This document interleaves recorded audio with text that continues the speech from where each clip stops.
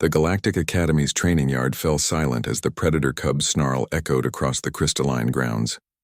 23 cadets from 17 different species stood frozen, their various biological responses to danger triggering simultaneously, chromatophores shifting to camouflage colors, quills raising, defensive pheromones releasing into the recycled air. At the center of it all stood Kara, the human, with Vryn's juvenile fangs mere inches from her face. Then she laughed, not a nervous titter or a fearful giggle, but a genuine, delighted laugh that seemed to confuse the young Karvesh more than any defensive posture could have.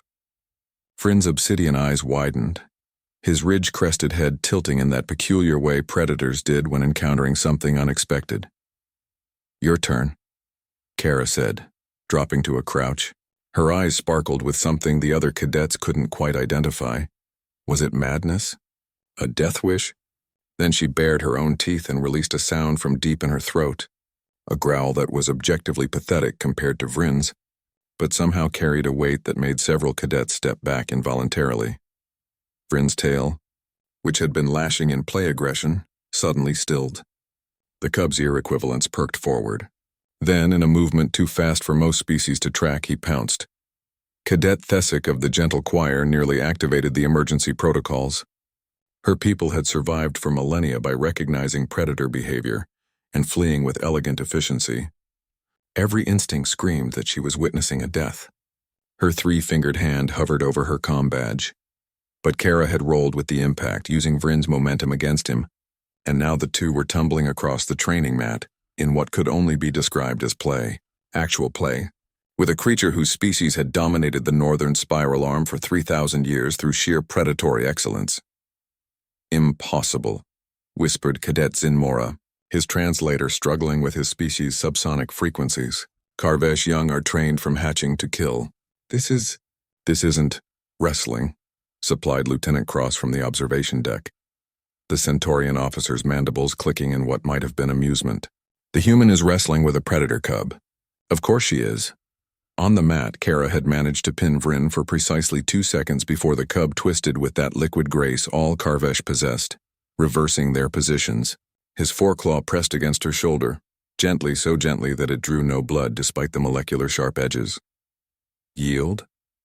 Vryn asked, his translator rendering his growls into galactic standard. "Never," Kara declared, and somehow managed to twist free, her human flexibility surprising the cub yet again. The other cadets watched in a mixture of horror and fascination as the match continued. To their knowledge, no species had ever attempted to engage with Karvesh young in play combat. The Karvesh were apex predators, their young capable of taking down prey twice their size before reaching adolescence.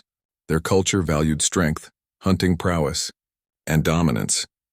And yet here was Kara, a human from a death world called Earth, treating the cub like a puppy, Thesic breathed, her translator barely catching the word. Her datapad provided context: a juvenile canine from Earth, a domesticated predator that humans kept in their homes. By choice. That explained nothing and everything simultaneously. Vryn had Kara pinned again, but she'd wrapped her legs around his midsection in a hold that made the cub squirm. They were both breathing hard now, both clearly enjoying themselves. When they finally separated, collapsing on the mat in exhaustion, Vryn's tail was swishing in contentment rather than aggression. "You fight. Strange," Vryn said between breaths. "Not like prey.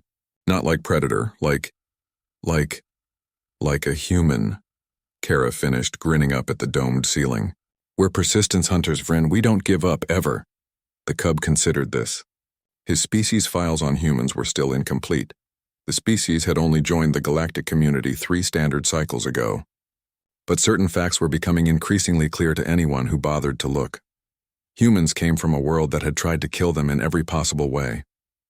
A world with weather that could freeze or boil, with predators in every ecological niche, with diseases and parasites and natural disasters that should have driven any species to extinction. They'd survived by being too stubborn to die. And somewhere along the way, they'd looked at their world's predators and thought, "I'm going to make friends with that." Thesic had read the reports. Humans had domesticated wolves, pack hunters that could tear them apart. They'd tamed horses, prey animals large enough to crush them. They'd kept snakes, lizards, birds of prey, even arachnids as companions. They had somehow convinced Earth's predators that humans were part of the pack, part of the family. Now apparently they were doing it to the galaxy.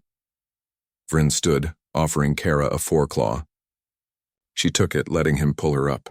The gesture was so natural, so easy, that several cadets had to remind themselves that 3 weeks ago, Vryn had been a hostile, recently orphaned cub, traumatized by a pirate attack that had killed his entire clanship. He hadn't spoken, hadn't eaten, had lashed out at anyone who came near. The Academy's Karvesh cultural liaison had warned that the cub might be too damaged to integrate, might need to be returned to the Karvesh homeworld for traditional grief rehabilitation. Then Kara had walked into his quarters, ignored every safety protocol, sat down on the floor, and started telling him stories. Human stories. About loss and survival and finding new packs when the old ones were gone. When Vryn had snarled at her, she'd snarled back. When he'd shown her his claws, she'd shown him her teeth, and somehow, impossibly, they'd connected. Again tomorrow? Vryn asked, his translator catching the hopeful inflection in his growl. Absolutely, Kara agreed, bumping her fist against his shoulder, and what the other cadets were learning was a human gesture of camaraderie. But next time I'm teaching you Earth-style grappling. You're going to love the concept of a headlock. As they left the training yard together, the human and the predator cub, Lieutenant Cross made a note in his report. Recommendation: increase human-alien juvenile interaction protocols. Despite all logic and precedent, humans appear capable of befriending anything. This may prove to be humanity's most dangerous and most valuable trait in galactic society. Behind him, Cadet Thesic watched them go, her fear slowly transforming into something else. Something like understanding. Humans didn't see predators and prey. They just saw potential friends, and that, perhaps, was the most terrifying and wonderful thing about them.